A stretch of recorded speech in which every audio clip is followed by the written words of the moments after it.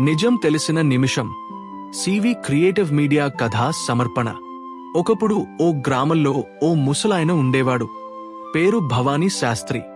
ఊరిలో అందరూ అతడిని తత్తయ్య అని పిలిచేవాళ్లు. ఎప్పుడు నెమ్మదిగా మాట్లాడేవాడు, ఎప్పుడు నవ్వుతూ ఉండేవాడు. కాని అతని జీవితాన్ని ఎప్పుడూ ఎవ్వరూ పూర్తిగా అర్థం చేసుకోలేకపోయారు. ఒకరోజు గ్రామానికి చెందిన ఓ యువకుడు రఘు తాతయ్య అని ప్రశ్నించాడు. తాతయ్య, నీకు ఎప్పుడూ బాధలుండవా? బాధలు లేకుండానే జీవితం గడుపుతావా? తాతయ్య చిరునవ్వుతో ఓ కథ చెప్పడం ప్రారంభించాడు.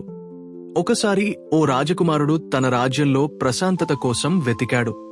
యుద్ధాలు, కుట్రలు, ఆస్తుల పంచగణాలు అన్నీ అతడిని అలసటకు గురిచేశాయి.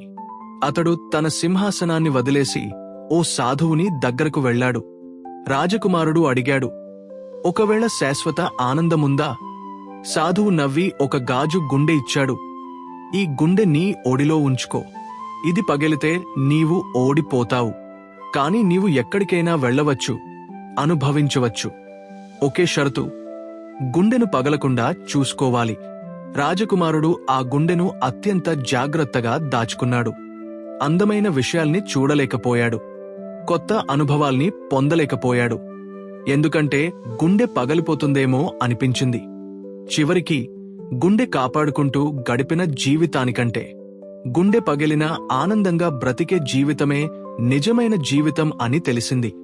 తాతయ్య కళ్లలో మబ్బుగా చూసి చెప్పాడు, రఘు, బాధలు ఉంటాయి. కాని వాటికన్నా ముందుగా జీవించడం నేర్చుకుంటే జీవితం ఓ ప్రశాంత రాగంలా మారుతుంది. నిజం తెలిసిన నిమిషమే మనం నిజంగా బ్రతకడం మొదలు పెడతాం. ఆ రోజు రఘు జీవితానికి కొత్త ఆరంభం. సివి క్రియేటివ్ మీడియా అందించిన జీవన తాత్విక కథ. ఇంకా ఇలాంటి జీవిత తాత్వికత గాథలు కావాలా? Please subscribe my channel CV creative media.